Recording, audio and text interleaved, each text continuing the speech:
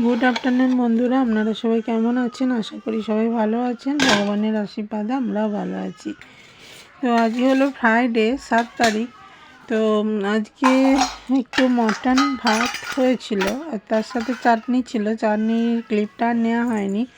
এই মটন ভাত আর পেঁয়াজ এই আজকে মেনু হয়েছিল, তাই ভাবলাম আপনাদের সাথে একটু শেয়ার করি।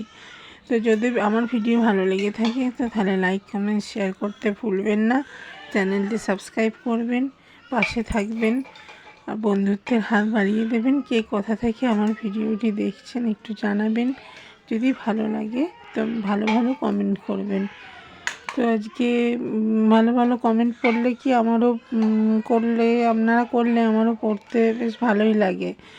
তো আজকে সিম্পল মেনু হয়েছিল, মানে অতটা জার্নি করে সমস্ত এসছি।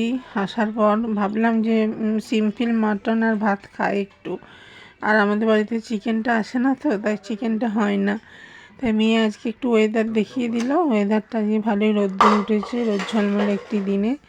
সবাইকেই জানাই গুড আফটারনুন, টাটা। দেখা হচ্ছে নেক্সট একটি ব্লগ।